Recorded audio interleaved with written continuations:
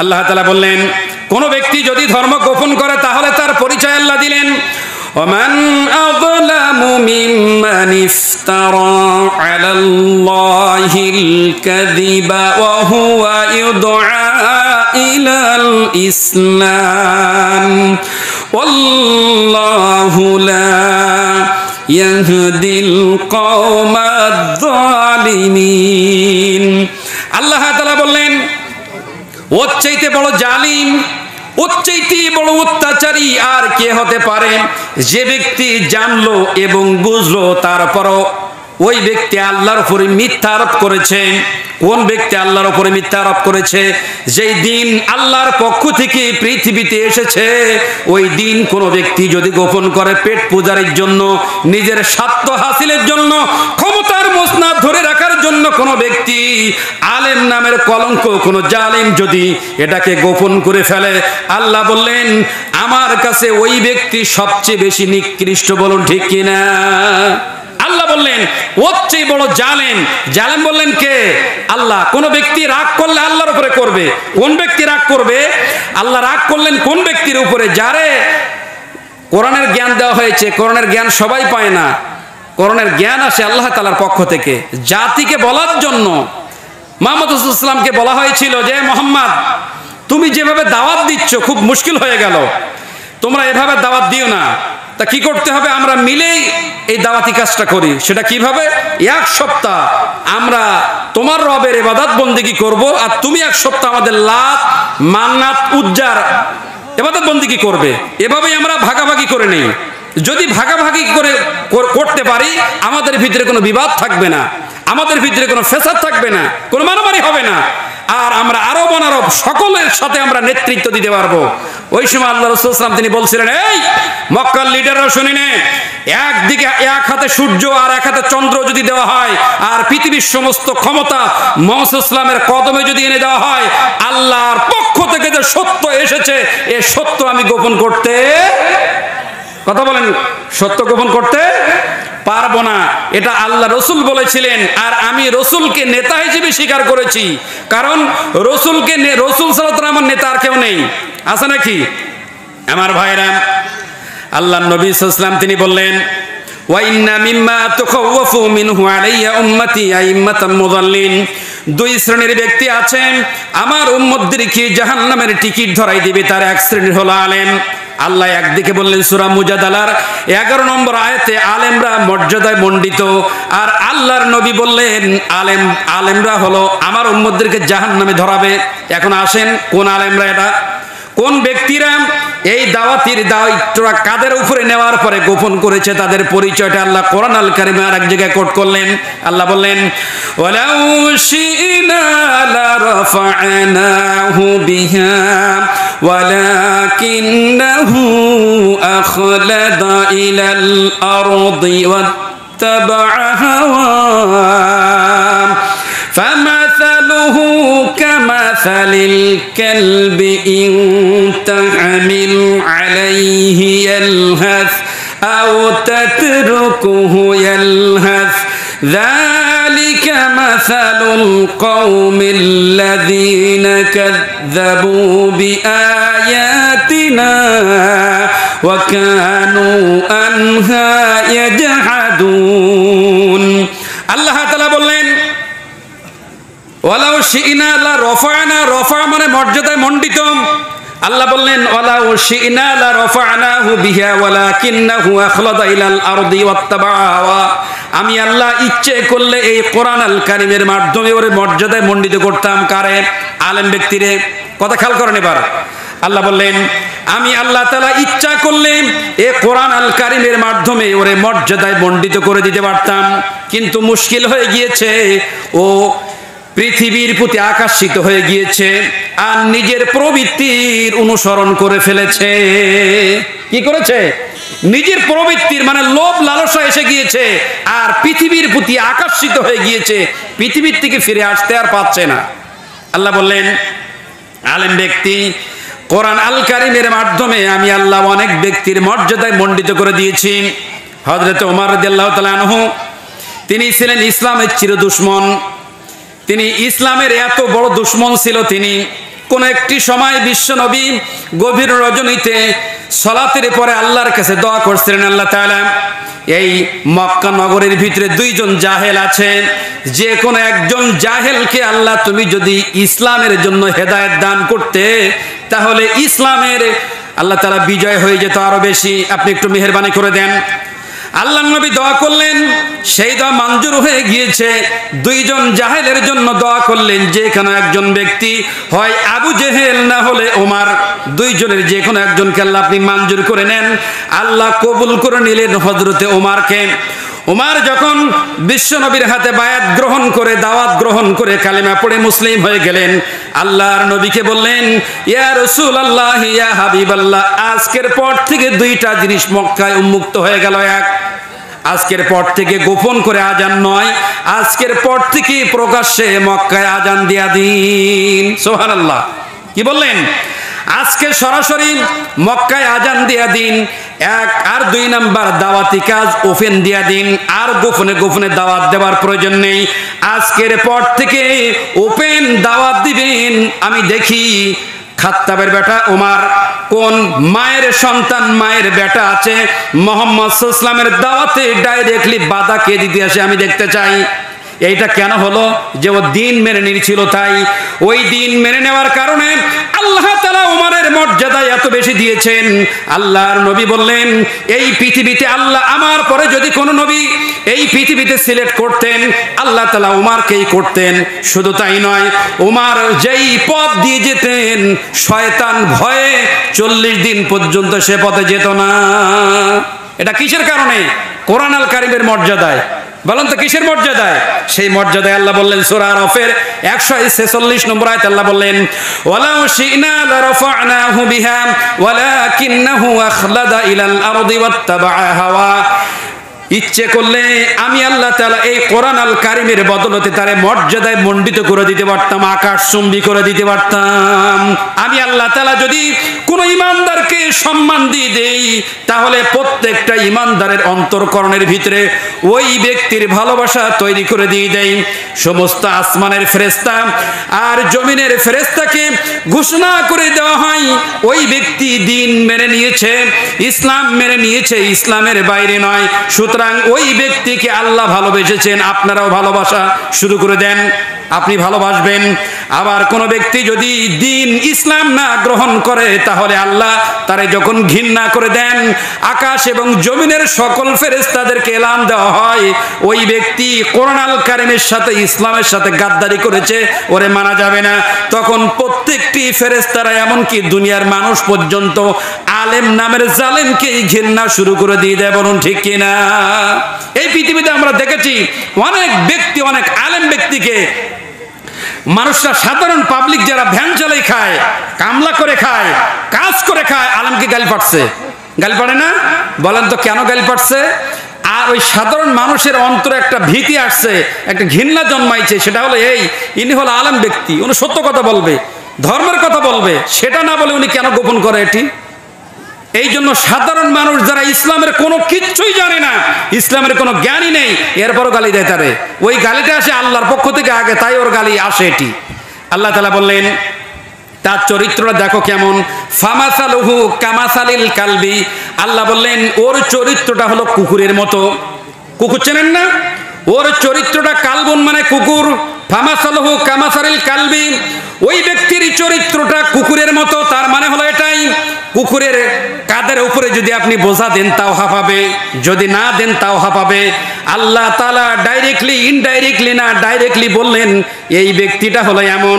শরিয়াত যদি ওর কাদের উপরে দেই তাও মানতে পারবে না, শরিয়াত যদি ওর কাঁধে না দেই তাও মানতে পারবে না। ওর রেফারেন্স, ওর কথাটি আল্লাহ তাআলা কুকুরের সাথে সমতুল্য করলেন। কার? যেই ব্যক্তি ধর্ম নিয়ে পৃথিবীর মানুষের সাথে খেলা করবে, এত সহজ নয়। পৃথিবীর কোনো জায়গা জমিন এটি নয়, পৃথিবীর কোনো কিচ্ছুর সাথে ধর্ম তুলনা করা যায় না। ধর্ম এমন একটা বিষয়, কোনো ব্যক্তিকে যদি আমি পরকাল পর্যন্ত নিয়ে যাই, আল্লাহ পর্যন্ত নিয়ে যেতে চাই, তাহলে ওই ব্যক্তিকে ধর্ম দিয়ে ঠকানো যায় না। ঠকানো যায় না? কি ধর্ম দিয়ে ঠকানো যায় না। আর কোন ব্যক্তি যদি এটি করে, আল্লাহ বললেন ওর চরিত্রটা হলো কুকুরের মতো। ওর চরিত্র কি? ওর চরিত্র হলো কুকুরের মতো। বিশ্বনবী তিনি বললেন ওর চরিত্রটা আল্লাহ কুকুরের মতো দিয়েছেন। ইন তাহমিল আলাইহি আলহাস আও তাতরুকু আলহাস, আল্লাহ তাআলা বললেন যালিকা মাসালুল কওমিল্লাযিনা কাযযাবু বিআয়াতিনা। আল্লাহ তাআলা তার নবীর মাধ্যমে পৃথিবীর মানুষদেরকে জানাই দিলেন, ও পৃথিবীর মানুষরা তোমরা এবার জেনে নাও, আল্লাহ তাআলা শুধু আলেমকে তো ওই বললেন যে আলেম ইসলাম অনুযায়ী পৃথিবীতে মানুষের কাছে বলি নাই, আর এই ঘটনাটা আল্লাহ তোমাদেরকে বলতে বললেন, এইটা নিয়ে তোমরা চিন্তা ভাবনা করবে। কোনো ব্যক্তি যদি তাদের সামনে কোনো সম্প্রদায়ের কাছে আল্লাহ তাআলার এই দিন এই ইসলাম আসে আর তারাও যদি প্রত্যাখ্যান করে, আল্লাহ তাআলার এই দিন এই ইসলাম এসেছে, এরপরও যদি পৃথিবীর মানুষরা এটা প্রত্যাখ্যান করে দিয়ে দেয়, তাহলে আল্লাহ বললেন এদেরকে মাফ করার কেউ থাকবে না, এদেরকে ধরেই ফেলবো আমি। সুতরাং আলেমদেরকে বললেন, জাহেল সমাজদেরকে বললেন, ওই ব্যক্তি একটা কথা বলেছে ধর্ম দিয়ে আপনি মেনে নিলেন না, এটা করা যায় না। 1 বিঘা জমি কিনবেন আপনি, 1 বিঘা জমি কিনতে যে আপনি দলিল চেনেন না, জানেন না, 1 বিঘা জমির দাম 5 লাখ টাকা। এবার আপনি যে দলিল বলে তারা যে বললেন ভাই এই জমিটার দাম 5 লাখ টাকা, দেখো তো দেখি দলিলটা ঠিক আছে কিনা। সব দিকে শুনে বললো না ঠিক আছে, আর ঠিক আছে, পর্সা ঠিক আছে, সব ওকে আছে। আপনি দৌড়ে আরেকজনের কাছে যেয়ে বললেন ভাই আপনি দেখেন আমার দলিলটা ঠিক আছে কিনা। এইভাবে যেতে যেতে অন্তত 10 থেকে 20 জন লোকের কাছে গেলেন, 5 লাখ টাকা 1 বিঘা জমির জন্য আপনি। আর আপনি এমন এক ধর্ম পৃথিবীতে পালন করলেন, আজ পর্যন্ত বড় হুজুর ফতোয়া দিয়েছে, ছোট হুজুরের কাছে যাওয়া আপনি যেতে পারলেন না। আপনি ভাবলেন উনি যা বলেছে সত্যি বলেছে, না এটা হবে না। ধর্ম দিয়ে কোনো ব্যক্তি আপনাকে যদি কোনো কথা বলে তাহলে আরেকজনের কাছে চলে যাবেন, এই কথাটা আরেকজনের কাছে যাবেন, এইভাবে জানতে জানতে সত্য আপনার কাছে ক্লিয়ার হয়ে যাবে। আমি ধর্ম দিয়ে যদি আপনাকে বলি আপনি আমার কাছে শুনবেন যে এই কথা আপনি আমারে আমল করতে বললেন, এর প্রমাণটা কি? প্রমাণ ছাড়া আমল করা যায় না, কারণ আল্লাহ তাআলার পক্ষ থেকে হক এসেছে, কোনো বাতিল জিনিস নয়। আল্লাহ তাআলার পক্ষ থেকে কি এসেছে? হক এসেছে, এটা বাতিল নয়। বলেন তো দেখে এটা কি বাতিল? ধর্ম বাতিল নয়, ধর্ম হাওয়াই লাড্ডু নয়, যে যেভাবে পারবে সে সেভাবেই কেনা বেচা করবে। আমার ভাইরা এবার দেখেন আল্লাহ তাআলা বললেন কিতাবুন আনজালনাহু ইলাইকা লিতুখরিজান নাসা মিনাজ যুলুমাতি ইলান নূর। আল্লাহ তাআলা বললেন কিতাবুন আনজালনা, হে নবী আপনার প্রতি আমি আল্লাহ নাজিল করেছি কিতাব। নাজিল করেছেন কিতাবকে আমার ভাইরা, কোরআন আল কারীম নাজিল করেছেন আল্লাহ তাআলা। আল্লাহ বললেন এই কোরআন আল কারীম আমি নাজিল করেছি, আমি আল্লাহ তাআলা আপনাকে দিয়ে ইসলামটা সমাপ্তি করে দিলাম, ইসলাম আর আসবে না। আল ইয়াউমা আকমালতু লাকুম দীনাকুম ওয়া আতমামতু আলাইকুম নি'মাতি ওয়া রাদিতু লাকুমুল ইসলাম দীনা। আমি আল্লাহ তাআলা ইসলাম নামক যে দিন, যেই জীবন ব্যবস্থা, মানুষের পারিবারিক জীবন, সামাজিক জীবন, ইসলামিক জীবন, রাষ্ট্রীয় জীবন, সকল ক্ষেত্রে মানুষের যা যা প্রয়োজন আমি আল্লাহ তাআলা নবীর মাধ্যমে কমপ্লিটলি করে দিলাম। আর নতুন করে ইসলামের ভিতরে কিছু ঢোকানো যাবে না। কোনো বড় হুজুরের গ্রহণযোগ্যতা নাই, ছোট হুজুরের গ্রহণযোগ্যতা নাই, পরম্পরার কোনো যোগ্যতা নাই। এটা আল্লাহ তাআলা যে দিন আমাদের কাছে দিয়েছেন সেই দিন মানতে হবে, ওর বাইরে যাওয়া যাবে না। একথা কার? একথা কার?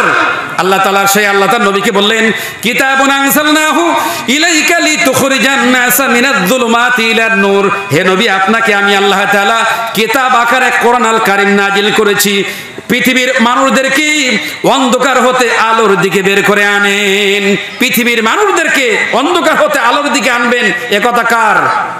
আল্লাহ তাআলার। এখন পৃথিবীর মানুষদেরকে অন্ধকার থেকে আলোর দিকে আনতে হবে কি দিয়ে?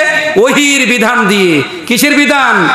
ওহীর বিধান দিয়ে। আপনি মানুষদেরকে অন্ধকার থেকে আলোর দিকে যদি আনেন তাহলে তো পেট আর দেওয়ানবাগের মতন বড় হবে না, খাওয়া দাওয়া বন্ধ হয়ে যাবে, সর্বনাশ হয়ে যাবে। বিশ্বনবী এমন এক ব্যক্তি ছিলেন, দাওয়াতি কাজ করতেন। মায়েশা রাদিয়াল্লাহু তাআলা আনহা, বুখারী মুসলিমের হাদিস, তিনি বলেছেন আমাদের বাড়িতে 2 দিন রান্না হতো না, আমাদের বাড়িতে 3 দিন রান্না হতো না, আমাদের বাড়িতে চুলায় আগুন জ্বলতো না। কোনো সময় একটু শুধুমাত্র খালি খোরমা খেয়ে দিন অতিবাহিত হয়েছে। তিনি চাইলে পৃথিবীর সমস্ত মাসনাত, ক্ষমতা, সমস্ত সম্পদ আল্লাহর নবীকে তিনি দিতেন, কিন্তু বিশ্বনবী তিনি বলেছিলেন এটি আমার দরকার নয়। হয়, তিনি দাওয়াত দিয়েছেন না খেয়ে, আর আমি বড় হুজুর দাওয়াত দিতে দিতে এমন একটা মাকামে পৌঁছাই গিয়েছি, আমার 14 গোষ্ঠী পর্যন্ত, কিয়ামত পর্যন্ত আর কামাই করা লাগে না এই দাওয়াতে, একই দাওয়াতে। আল্লাহর নবী কি দাওয়াত দিলেন আর আমি কি দাওয়াত দিলাম? আমি দাওয়াত দিলে মোরগ পোলা কুত্তা চলে আসে, আর বিশ্বনবী দাওয়াত দিলে পাথর খায়, মাইর খায়। তাহলে সেই দাওয়াতের ভিতরে কতটা ডিফারেন্স বুঝতে পেরেছেন? কথা বুঝেননি? আর আমি চিন্তা ভাবনা করছি কি, আরে বড় হুজুর বলেছে তো বলেছে, আরে এখানে কোনো গল্প নেই, আর চলবে না, হুজুর যা বলেছে বলেছে। জি না, বড় হুজুরের কথায় ধর্ম চলে না। চলে নাকি? বড় হুজুরের কথায় ধর্ম চলে না, ধর্ম চলে ধর্ম দিয়ে। মুহাম্মদ সাল্লাল্লাহু আলাইহি ওয়াসাল্লামের কথায় ধর্ম চলে না, ধর্ম চলে আল্লাহর নির্দেশে। ধর্ম চলে কার নির্দেশে? আল্লাহ তাআলার নির্দেশে। আমরা ইবাদত করি মুহাম্মদ সাল্লাল্লাহু আলাইহি ওয়াসাল্লামের নয়, ইবাদত করি কার? আল্লাহ তাআলার। সেই আল্লাহ তাআলার দিন মানতে যে পৃথিবীতে নাকি মারামারি শুরু হয়েছে গো। আল্লাহ তাআলা বললেন, ওমান আযলামু মিম্মান ইফতারা আলাল্লাহিল কাযিবা ওয়া হুয়া ইউদআ ইলাল ইসলাম আল্লাহু লা ইয়াহদিল কওমায যালিমিন। আল্লাহ বললেন, ওর চেয়ে বড় জালিম, ওর চেয়ে নিকৃষ্ট ব্যক্তি আর কে হতে পারে? যে ব্যক্তি জানলো আর বুঝলো, জেনে বুঝে আল্লাহর উপরে মিথ্যা আরোপ করেছে। আপনি কি কথা কিছু বুঝতে পারছেন যে আমি কি বলতে চাচ্ছি? কোন জায়গা মায়ের কোন জায়গা দিচ্ছি বুঝতে পারছেন কিছু? আপনারা জ্ঞানী গুণী মানুষ বুঝে নেন কি বলতে যাচ্ছি। আল্লাহ বললেন, যে ব্যক্তি ধর্ম দিয়ে জাতিকে মিথ্যা বলেছে, জাতিকে ধর্ম বলিনি, ধর্ম দিয়ে ব্যবসা করেছে, এই ব্যক্তিকে আল্লাহ বললেন ওর চেয়ে বড় জালিম আর কেউ নেই। ওমান আযলামু মিম্মান কাতামা শাহাদাতান ইনদাহু মিনাল্লাহ। সূরা বাকারার 140 নম্বর আয়াতে আল্লাহ তাআলা বললেন, আকাশের নিচে জমিনের উপরে ওর চেয়ে বড় জালিম আর কেউ নেই, যেই ব্যক্তি আল্লাহর এই হেদায়েতটা, কোরআনটা, ইসলামটা, দ্বীনটা যে ব্যক্তি গোপন করেছে, এর চেয়ে বড় জালিম আল্লাহর কাছে আর কেউ নেই। যেই ব্যক্তি ধর্ম গোপন করে আল্লাহ ওরে জালিম বলেছেন, ওই ব্যক্তি জালিম ব্যক্তি, জালিম আলিম আমার বন্ধু হতে পারে না। কথা বলেন, কোন জালিম ব্যক্তি কি আমার বন্ধু হবে? আল্লাহ বলেন, এই আমার দৃষ্টিতেও জালিম, তোর বন্ধু হয় কেমনে? তো আমাদের তো বন্ধু বড় হুজুর বলেছে যখন কোনো গল্প নাই, আর ওই চলতে হবে, ওই মানতে হবে। পরিস্থিতি হলো এটাই হয়ে গিয়েছে। তাই বলেছিলাম আমরা মানে চলন্ত ধর্ম, জ্বলন্ত ধর্ম গ্রহণতে আছে।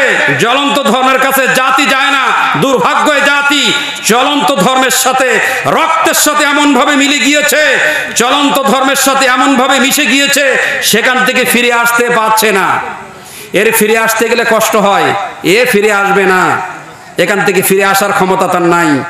আল্লাহ তাআলা বললেন, ওহুয়া ইদআ ইলাল ইসলাম, অথবা লোকটাকে ইসলামের দিকে আহ্বান করা হয়, ইসলামের দিকে আসো। ওয়াল্লাহু লা ইয়াহদিল কওমায যালিমিন। ইয়াহদি মানে আল্লাহ বললেন, আমি জালিমদেরকে কোনোদিন সৎ পথে পরিচালিত করি না। কি করি না? জালিম যারা, এদেরকে আল্লাহ কি করবেন না? সৎ পথে পরিচালিত করবেন না। আমার ভাইরা, জালিম কারা? জালিমের পরিচয় আল্লাহ দিয়েছেন। আল্লাহ বললেন, ইন্নাল্লাযীনা ইয়াকতুমুনা মা আনজালনা মিনাল বায়িনাতি ওয়াল হুদা মিন বা'দি মা তাবায়্যানা লাহুমুল হুদা। আল্লাহ তাআলা বললেন, ইন্নাল্লাযীনা ইয়াকতুমুনা মা আনজালনা মিনাল বায়িনাতি ওয়াল হুদা। আল্লাহ বললেন, আমার পক্ষ থেকে যে দিন আর ধর্ম এসেছে, কোরআন আল কারিমে, ইসলামে যেটা এসেছেন, হাদিস এসেছেন, এইটা উজ্জ্বল মানুষের কাছে একদম বিস্তার ক্লিয়ার হয়ে যাওয়ার পরেও কোনো ব্যক্তি, কোনো আলেম যদি আল্লাহ সেই দিনটা গোপন করে, মানুষের কাছে সেই দিনটা আর বলেনি, গোপন করে ফেলেছে, আল্লাহ বললেন ওই গোপন করার কারণে আমি আল্লাহ তাআলা ওই ব্যক্তির প্রতি লানত নামাই দিয়ে দেই।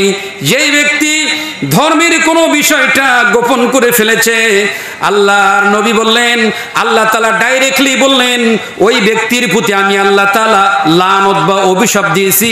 ইয়ালআনুহুমুল্লাহ। শুধু তাই না, অভিশাপকারী ব্যক্তিরা তাদেরকে অভিশাপ দিয়েছে কাদের? যারা ধর্মের জ্ঞান মানুষের কাছে বলি নাই। ধর্মের জ্ঞান যারা মানুষকে বলিনি, এদেরকে অভিশাপ দিয়েছেন কে?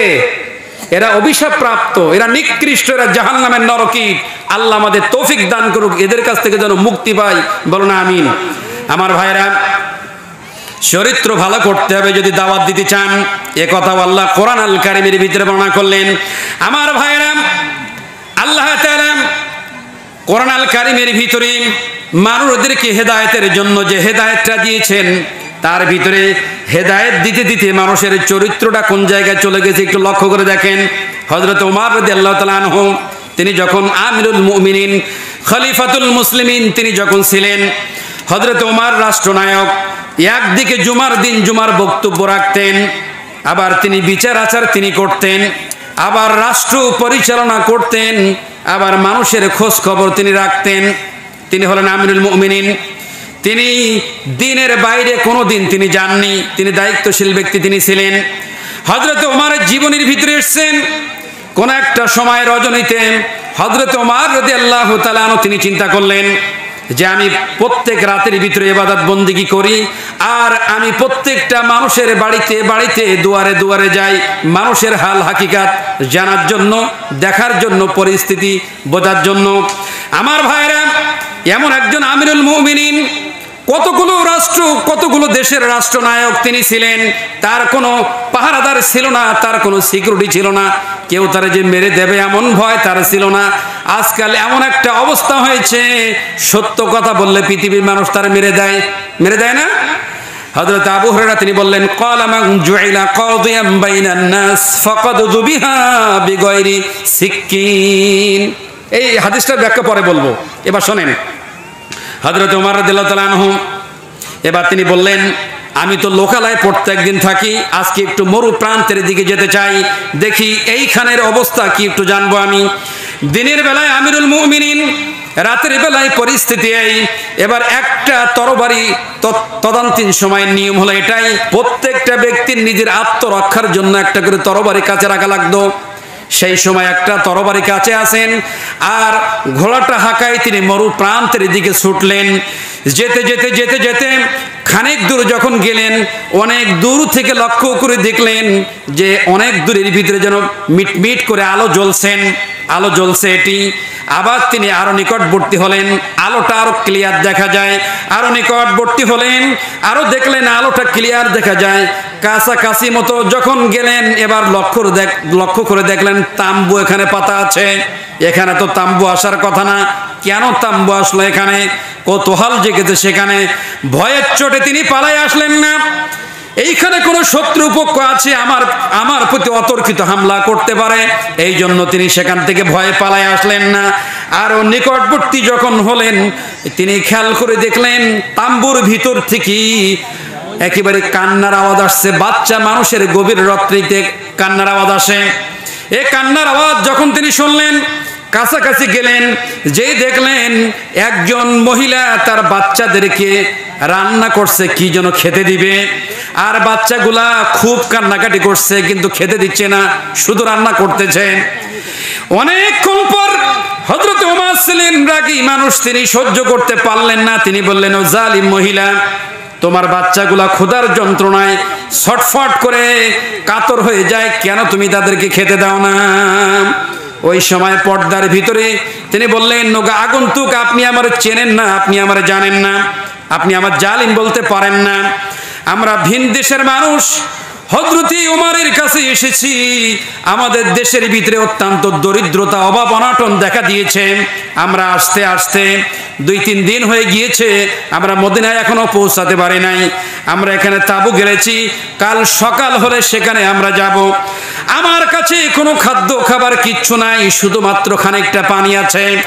আর ওই পানি একটা পাত্রের ভিতরে কিছু নুড়ি পাথর দিয়ে আমি পিছন দিক দিয়ে জ্বালাচ্ছি এভাবে করে, আর বাচ্চাদেরকে সান্ত্বনা দিচ্ছি, এখানে গোশত রান্না হচ্ছে, একটু পরে তোমাদেরকে খেতে দেব আমি, এভাবে করে সান্ত্বনা দিচ্ছি।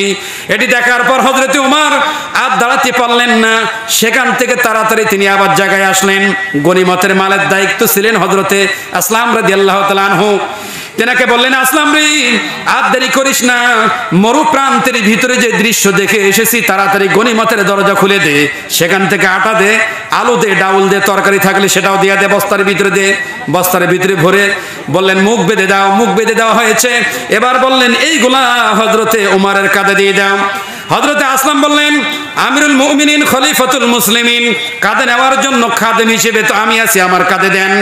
হযরত ওমর বললেন, আমি পরিস্থিতি যা দেখে এসেছি, কিয়ামতের মাঠে ওমরের আমলটি আসলাম তুমি নিতে পারবে না, সুতরাং আমার বোঝাটা আমার কাঁধের উপরে দিয়ে দাও। তিনি ওই বোঝাটি কাঁধের উপরে নিলেন, মরু প্রান্তের দিকে তিনি দৌড়ালেন। যেতে যেতে এবার বললেন, মা আমার তো ভুল হয়ে গিয়েছে, বাচ্চাগুলো ছটফট করছে ক্ষুধার যন্ত্রণায়, আটাগুলো আছে, আপনি রুটি তৈরি করেন, আলুগুলো আমি কেটে দিচ্ছি, তাড়াতাড়ি আপনি একটু হালকা করে একটু তরকারি তৈরি করেন। তাই করলেন। বাচ্চাদেরকে আমিরুল মুমিনিন নিজের উরুর উপরে বা জানুর উপরে তিনি বসালেন, বাচ্চাদের মাথার উপরে তিনি হাত দিয়ে হাত বুলাচ্ছেন, রুটিগুলো তিনি খাওয়াই দিয়ে বলছেন, আহারে ক্ষুধার যন্ত্রণায় বাচ্চাগুলা বড় কষ্ট পাচ্ছিল, বড় ক্লান্তির ভিতরে ছিল, তারা খাও। তিনি নিজে হাতে খাওয়াই দিলেন। আর মহিলাকে বললেন, মা তুমিও তো বাচ্চার সাথে ক্ষুধার্ত রয়েছে, তুমিও খেয়ে নাও। ওই সময় মহিলা পর্দার ভিতরে চোখের পানিগুলা ছেড়ে দিয়ে বললেন, আহারে মদিনার আমিরুল মুমিনিন ওমর না হয়ে আপনি যদি হতেন, তাহলে মদিনার মানুষের ভাগ্য আল্লাহ তাআলা সুপ্রসন্ন করে দিয়া দিতেন, মদিনার মানুষের ভাগ্য আল্লাহ পরিবর্তন করে দিতেন, আপনি কেন মদিনার আমিরুল মুমিনিন হলেন না? হযরত ওমর বললেন, আপনি আগামীকাল বাদশার কাছে আপনি আসেন, অথবা আমিরুল মুমিনিনের কাছে আসেন, দেখে আপনার জন্য কিছু করা যায় কিনা। তারপর দিন যখন আবার আসলেন, এসে দেখলেন আর কেউ না, রাতের বেলায় যিনি আমাকে এই কাজের জন্য সহযোগিতা করলেন, আমার বাচ্চাদেরকে রুটি খাওয়াই দিলেন, গভীর রজনীতে যিনি খাবার নিয়ে গেলেন, এই ব্যক্তি তিনি মসজিদে বসে আছেন, তিনি হলেন আমিরুল মুমিনিন। আমার ভাইরা বলতেছিলাম এই কথা কেন? যারা দায়িত্বশীল ব্যক্তি, দায়িত্বের ব্যাপারে আল্লাহ কিয়ামতের মাঠে জিজ্ঞেস করবেন। হযরতে আমিরুল মুমিনিনের চোখের ইশারায় অনেক কিছু হয়ে যেতেন, কিন্তু দায়িত্বটা তিনি কিভাবে পালন করেছিলেন। আমিরুল মুমিনিন তিনি মুসলিমদের দ্বিতীয় খলিফা হয়ে যাওয়ার পরেও মানুষের দুয়ারে দুয়ারে কিভাবে তিনি দাওয়াত নিয়ে গিয়েছেন, খেতে দিয়েছেন, দেখাশোনা করেছেন, টেকবাল তিনি করেছেন। আর এখন আমরা দায়িত্বশীল ব্যক্তি, দায়িত্ব নিয়ে যা সেই একটা করে দিন নিয়ে খানকা করে ফেলেছি। একথা বলেন, আমরা খানকা করেছি খাওয়ার জন্য। আজকাল তো কোনো কায়দায় হুজুর হলে আর উপায় নেই, আর যদি নাম কাম থাকে তাহলে তো উপায় নাই, জীবন চলে যায় জনমের খাওয়া খাতি খাতি খাতি যায় না, জনমের খাওয়া খাওয়া। এরা দায়িত্ব পালন করলো তারা কিভাবে, আর আমরা জনমের খাওয়া খাচ্ছি কোন ভাবে? তাদের দাওয়াতির টেকনিক আর আমাদের টেকনিকটা কি দেখেন। দাওয়াতির টেকনিকটা কি আমি আপনাদেরকে একটু দেখাই। দেখেন, বিশ্বনবী মসজিদে নববীতে মক্কা থেকে হিজরত করে মদিনায় আসলেন, সম্ভবত হিজরির ৫ম নববীতে। ৬ষ্ঠ হিজরিতে বিশ্বনবী মক্কা আর মদিনা দুই জায়গায় ইসলামের দাওয়াত চলে। মদিনাটা ইসলামী রাষ্ট্র স্টেট কায়েম হয়েছে, কিন্তু মক্কা এখনো হয়নি। ৮ম হিজরিতে মক্কা ফতি মক্কা বা মক্কা বিজয় হয়। আল্লাহ নবী মসজিদে নববীতে বসে আছেন, তিনি চিন্তা করলেন এমন এক নবী, যেই নবীকে নাম ভাঙাই ভাঙাই পৃথিবীর জাহান্নামের নরকিটগুলা মানুষদেরকে জাহান্নামমুখী করে ফেলেছে, সেই নবীর চিন্তাটা কি ছিল দেখেন। আল্লাহ নবী সাহাবাদেরকে একত্রিত করলেন, রিক্রুট করলেন, করে তিনি বললেন, এই ইসলামের দাওয়াত মক্কা আর মদিনা দুই জায়গায় শুধুমাত্র প্রচার আর প্রসার হয়েছে। আমি তো দুইটা জায়গার জন্য নবী হিসেবে আল্লাহ আমার প্রেরণ করি নাই, আমাকে আল্লাহ সমগ্র বিশ্ববাসীর জন্য দ্বীনের দাওয়াত দেওয়ার জন্য এনেছেন।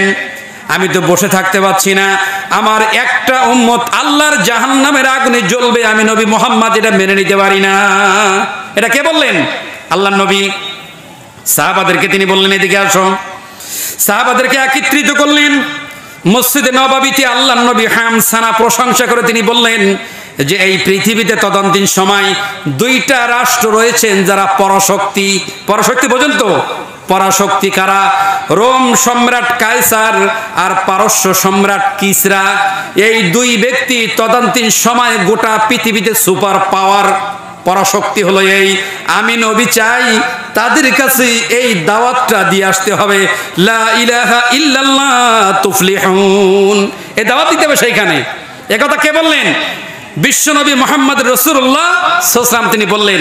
তার দাওয়াতি কৌশলটা দেখেন, যে একটা আমার উম্মত যেন আগুনে না জ্বলে, আমি চাই আমার প্রত্যেকটা উম্মত আল্লাহ জান্নাতের বাসিন্দা হোক, এটি আমি রাসূল চাই। এটা রাসূলের চিন্তা, আর আমাদের চিন্তা আরে আমার কথা কে শুনবে আর কে শুনবে না, এই চিন্তা হয়ে গেছে আমাদের। অথচ আল্লাহ তাআলা তার নবীকে বললেন, ওয়াইন তুতি' আকসারা মান ফিল আরদি ইদিল্লুকা আন সাবিলিক, হে নবী, অধিকাংশ মানুষ মতামত দিবে, ধর্ম দিয়ে ইসলাম দিয়ে মতামত দিবে, আপনাকে বিভ্রান্তি করবে। খবরদার খবরদার, পৃথিবীর কোনো মানুষের কোনো কথা আপনি শুনবেন না, যদি আপনি শুনেন এরা আপনাকে ইসলাম থেকে দূরে নিয়ে যাবে। একথা কার? আল্লাহর। আল্লাহ বললেন, ওয়াইন তুতি' আকসারা মান ফিল আরদি ইদিল্লুকা আন সাবিলিক, অধিকাংশ মানুষরা আপনাকে পিছন দিক দিয়ে টান মারবে। কেন মারবে? যে এইটু না মানলে কি হয়, এইটুক না মানলে কি হয়। অনেকেই আছে না, হুজুর পরিস্থিতি খারাপ, এভাবে কথা বলেন না, সময় খারাপ আছে এখন, বলে না, আরে বেটা তুই কার জমিনে দাঁড়িয়ে কোন কথা বলছিস, এটাই বেটা, তোর ধর্ম যদি ভালো না লাগে পৃথিবীর জমিন থেকে বের হয়ে যায় অন্য কোনো জমিনে, যেই জমিনে আল্লাহর এই আকাশ থাকবে না, আল্লাহর এই জমিন থাকবে না, আল্লাহর সূর্য থাকবে না, আল্লাহর এই পানি থাকবে না, হাওয়া বাতাস থাকবে না, এমন একটা পৃথিবীতে চলে যা যেখানে আল্লাহর জমিন নেই। পারবেন কি এটি? তিলকা হুদুদুল্লাহ, আল্লাহর কর্তৃত্বের বাইরে যাওয়া যায় নাকি? আল্লাহর কর্তৃত্বের বাইরে যদি না যাওয়া যায় তাহলে আল্লাহর সাথে মাতব্বরি করে কোনো লাভ নাই, আছে নাকি? আল্লাহর সাথে মাতব্বরি করে কোনো লাভ নাই। আমার ভাইরা, বিশ্বনবী সাহাবাদেরকে মনোবল তৈরি করলেন, হামসানা বললেন, এবার বললেন এই ইসলামের দাওয়াতটা পরাশক্তির কাছে দেওয়া যাক, আর বসে থাকা যাবে না, বসে থাকলে আল্লাহর কাছে আমার হিসাব দিতে হবে। সুতরাং তোমরা কি আমার সাথে ওই করবে? বনে ইসরাইল যারা তার নবীদেরকে বলেছিল, আপনি আর আপনার আল্লাহ যে দাওয়াত দেন বা যুদ্ধ করেন আমরা করব না, এরম করবে নাকি তোমরা? ওই সময় সাহাবারা বললেন, ইয়া রাসূলুল্লাহ, ইয়া হাবিবাল্লাহ, যেদিন ইসলাম ধর্ম গ্রহণ করেছি আর ওদিন থেকে নিয়ত করেছি আর শপথ করেছিলাম, জীবনের ভিতরে যদি রক্ত আল্লাহ সঞ্চালন রাখেন, চোখের দৃষ্টি যদি আল্লাহ ক্লিয়ার রাখেন, আর যদি হাত পা গুলা সোজা থাকে, বিশ্বনবী যেদিন যে অর্ডার দিবি মানার জন্য আমরা সদা প্রস্তুত রয়েছি। বলুন সুবহানাল্লাহ। যেদিন ইসলাম গ্রহণ করেছি আমার সম্পদ আর আমার জীবনটা ইসলামের জন্য দান করে দিলাম। হযরত ওমর বলতেন, আল্লাহুম্মা রযুক শাহাদাতান ফি সাবিলিক ওয়াজআল মাউতি ফি বালাদি রাসূলিক। হাদিসে বুখারীতে এসেছে, হযরত ওমর বলতেন, আল্লাহ তাআলা তুমি আমার শহীদের রিজিক দান করো। কি দান করো? শহীদের রিজিক দান করো, মানে শহীদ, আমি শহীদ চাই তোমাকে, তোমার কাছে। কারণ শহীদের মরণ এমন মরণ, একদিকে মরণ আর একদিকে জান্নাত, জান্নাতে যেতে পারছে না, মরণই তাই, মরলেই জান্নাত। মরলেই কোথায়? মরলেই জান্নাত। এই জন্য কবি বলেন, মরতে হবে যখন শহীদে মরণ দিও আমাকে, মরতে হবে যখন শহীদে মরণ দিও আমাকে, রোগে শোক মরণ দিও না আমাকে, শহীদে মরণ তুমি দিও আমাকে, মরতে হবে যখন শহীদে মরণ দিও আমাকে। বলুন আমিন, আরো জোরে বলুন আমিন। বলতেছিলাম আল্লাহ নবী বললেন, এর দাওয়াতি কাজ মদিনায় আর মক্কায় সীমাবদ্ধতা নয়, এর বাইরে দিতে হবে। এবার প্রস্তুতি নাও তোমরা। সাহাবাদেরকে রিক্রুট করে 6 জন সাহাবাকে তিনি নিয়োগ করলেন। এই 6 জন সাহাবা দ্বীনের দাওয়াত দেওয়ার জন্য ইসলাম মানে মদিনার বাইরে, মদিনার ভৌগোলিক যে সীমারেখা আছে এই সীমারেখার বাইরে দাওয়াত দিতে হবে। আমার ভাইরা, বিশ্বনবী সাহাবাদেরকে রিক্রুট করলেন, সেইখানে জীবনের কোনো নিরাপত্তা নাই, তাদের মন মানসিকতা জানা নাই, তারা ধর্ম সম্পর্কে জানে না, ইসলাম সম্পর্কে কিছুই জানে না, ওই ব্যক্তিদেরকে ইসলামের দাওয়াত দিতে হবে। আমার ভাইরা, জীবনকে বাজি রেখে, নিজেদের জীবনের সংখ্যা সামনে রেখে তারা দাওয়াত দিয়েছেন, ইসলামটাকে তারা জয় করেছেন। সেই দাঁত ভাঙা ইসলাম, বিশ্বনবীর দান মোবারক শহীদ হওয়া ইসলাম, মাথায় লোহার কবাট প্রবেশ করে যাওয়া ইসলাম, অসংখ্য সাহাবার জীবনের বিনিময়ে এই জমিনে যে আল্লাহ তাআলা ইসলামকে প্রতিষ্ঠা করেছেন, সেই ইসলাম লাথি মেরে ফুটবলের মতো যাওয়ার মতো ইসলাম নয়, বলুন ঠিক কিনা? সেই ইসলাম এমনি এমনি ইসলাম নয়। এই ইসলাম অনেক কষ্ট করে, অনেক আঘাত প্রতিঘাত করে ইসলাম এখানে এসেছে। ইসলাম হাওয়ায় লাড্ডু নয় যে আপনার কথায় ধর্ম চলে, আপনার আর আমার কথায় ধর্ম চলে না, আমি ধর্ম নিয়ে। আমার ভাইরা, 6 জনের ভিতরে একজন সাহাবার কথা আপনাকে বলি, এর নাম আব্দুল্লাহ ইবনে হুযায়ফা সাহামী। কথার দিকে এবার খেয়াল রাখেন। আমরা হুজুররা দাওয়াত কিভাবে দেই, আর বিশ্বনবী সাহাবা এবং বিশ্বনবী কিভাবে দাওয়াত দিলেন, তারা কিভাবে মর্যাদা পেলেন, আর আমরা কিভাবে অধপতনে চলে যাচ্ছি। একই দাওয়াত, একই কোরআন, একই হাদিস, একই সালাত, একই রব, সব এক, কিন্তু সিস্টেম পাল্টে ফেলেছি আমরা। সিস্টেম কি করেছি আমরা? টেবিল পাল্টে ফেলেছি আমার সুবিধার্থে। আমার সংবিধান পাল্টাইছি, ঠিক আমার সুবিধার্থে আমি ধর্ম পাল্টাইছি। মানে আমি জানি অরিজিনাল ধর্ম যদি থাকে আমার ব্যবসা চলবে না, তাই আমি ধর্ম পাল্টাই দিয়েছি। আমার স্বাধীন মতো আমার বাপদাদার নিয়ম চলবে এটি। আমার ভাইরা, বিশ্বনবী আব্দুল্লাহ ইবনে হুযায়ফা সাহামাকে তিনি বললেন, বাড়ির থেকে বিদায় হয়ে আসো, যাও। এই পৃথিবীতে এখন দেখবেন যে একটা রাষ্ট্রের সাথে আরেকটা রাষ্ট্র, যে রাষ্ট্রদূত আছে না, রাষ্ট্রদূত আছে, এক রাষ্ট্রের থেকে আরেকটা রাষ্ট্রের যে রাষ্ট্রদূত আছে, এই রাষ্ট্রদূত সর্বপ্রথম আল্লাহর নবী নিয়োগ দিয়েছেন, বলুন সুবহানাল্লাহ। এই রাষ্ট্রদূতকে নিয়োগ দিয়েছেন আল্লাহর নবী। বিশ্বনবী দূত হিসেবে আব্দুল্লাহ ইবনে হুযায়ফাকে নিয়োগ দিলেন, দিয়ে বললেন, বাড়ির থেকে বিদায় হয়ে আসো, যাও। বাড়ির থেকে জনমের মতো বিদায় হও। সেখান থেকে বিদায় হয়ে আসলেন। এরপরে বললেন, বন্ধু বান্ধব সাহাবা যারা আছে সবার কাছ থেকে বিদায় নাও, বিদায় হলেন। এরপরে বিশ্বনবী যারা চিঠি লেখে তাদেরকে বললেন, চিঠি লেখো বিসমিল্লাহির রহমানির রহিম, মিন মুহাম্মাদির রাসূলিল্লাহি ইলা কিসরি আযীমি ফারিস, সালামুন আলা মান ইত্তাবাআল হুদা ওয়া আমানা বিল্লাহি ওয়া রাসূলিহি। এভাবেই করে বিশ্বনবী চিঠি লিখতে লিখতে, চিঠি যখন লেখা শেষ হয়ে গেল, আল্লাহর নবীর হাতের আংটি সেইখানে সিল দিয়ে আব্দুল্লাহ ইবনে হুযায়ফা সাহামার হাতে এভাবে করে চিঠিটা দিলেন, দিয়ে বললেন, ও আব্দুল্লাহ ইবনে হুযায়ফা সাহামা, তোমার কাছে বিশ্বনবীর পবিত্র আমানত চিঠি দেওয়া হয়েছে। এই চিঠিটা আর কারোর কাছে নয়, তুমি ডাইরেক্টলি সম্রাট কিসরার, পারস্য সম্রাট কিসরা, তার হাতে সরাসরি এই চিঠিটা তুমি দিবে। এ অর্ডার কার? বিশ্বনবীর। এ অর্ডার কার? বিশ্বনবীর।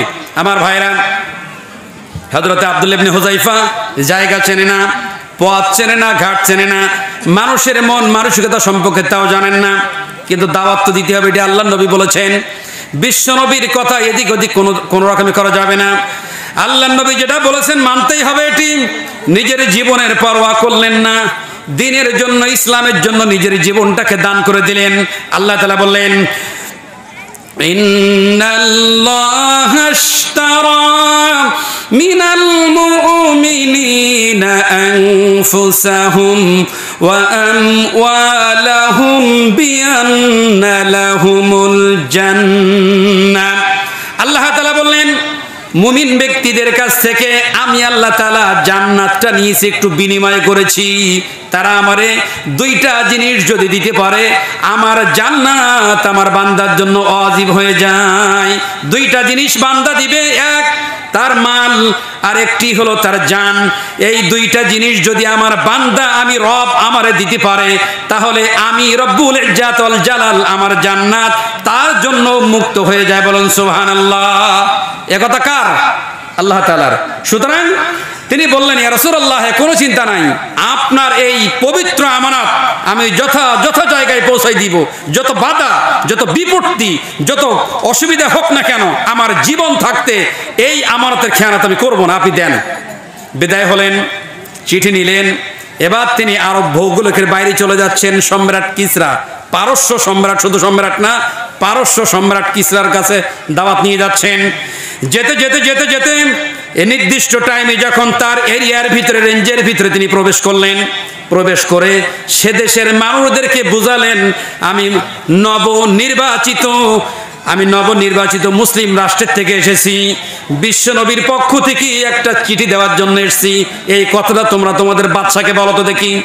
আমার ভাইরা, এবার তিনি তাদের যেই সকল ব্যক্তিবর্গ ছিল বাদশাকে বললেন, নবনির্বাচিত মুসলিম রাষ্ট্রের একজন দূত হিসেবে আমাদের এই আপনার কাছে এসেছেন, একটা চিঠি তিনি দিতে চায়, কি যেন বলবে তারা। বাদশা এত বেশি খুশি হলেন, আমার রেঞ্জের ভিতরে, এরিয়ার ভিতরে যতগুলা কম বা দেশ রয়েছেন সবাই আমার নিয়ন্ত্রণ মানে আমাকে কর দেয়, সম্ভবত সে আমার কর দিবে, তাই আমার আইন মেনে নিবে, তাই খুব খুশি হলেন সম্রাট কিসরার। তিনি সরকারি বেসরকারি সকল ব্যক্তিদেরকে ছুটি দিলেন, আগামীকাল সকল পরিষদবর্গ ছুটি, আমার রাজসিংহাসন সাজাই ফেলতে হবে, নির্দিষ্ট টাইমে সকল ব্যক্তিদেরকে এখানে উপস্থিত থাকতে হবে। তাই করলেন।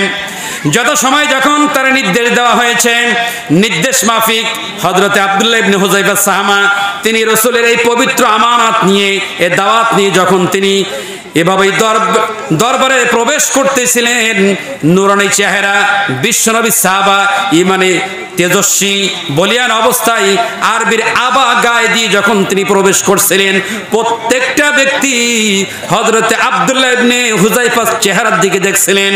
ওই দরবারে প্রবেশ করলে সেজদা দিয়ে প্রবেশ করতে হয়, কিন্তু হযরতে আব্দুল্লাহ ইবনে হুযায়ফা তিনি সেজদা করলেন না, মাথা নত করলেন না, তিনি মাথা উঁচু করে দরবারে প্রবেশ করেছেন। বক্তা এসে গেছেন? হ্যাঁ, এখানে গল্প হলো। যাই হোক, আমি ছেড়ে দিলাম বক্তব্য, বক্তা এসে গেছেন, বক্তব্য রাখবেন, অসমাপ্ত বক্তব্য যিনি আছেন আর শেষ বক্তা পর্যন্ত তাদের কাঁধের উপরে দিলাম, আর আপনাদের কাঁধের উপরে ছেড়ে দিলাম। আমার অজান্তে কোনো ইনফরমেশন যদি এসে যায়, আল্লাহ আগে তোমার কাছে ক্ষমা চাই, আল্লাহ আমারে মাফ করে দাও। কোরআন এবং সুন্নাহ ভিত্তিক সত্য সুন্দরের পক্ষে যে কথাগুলো এসেছেন, এই কথাগুলো আল্লাহ আগে আমাকে এবং আপনাদেরকে মানার তৌফিক দান করুক, বলুন আল্লাহুম্মা আমিন। এই দাবি, এই দাওয়া রেখে আজ সংক্ষিপ্ত আলোচনা শেষ করে দিলাম। আসসালামু আলাইকুম ওয়া রাহমাতুল্লাহি ওয়া বারাকাতুহু।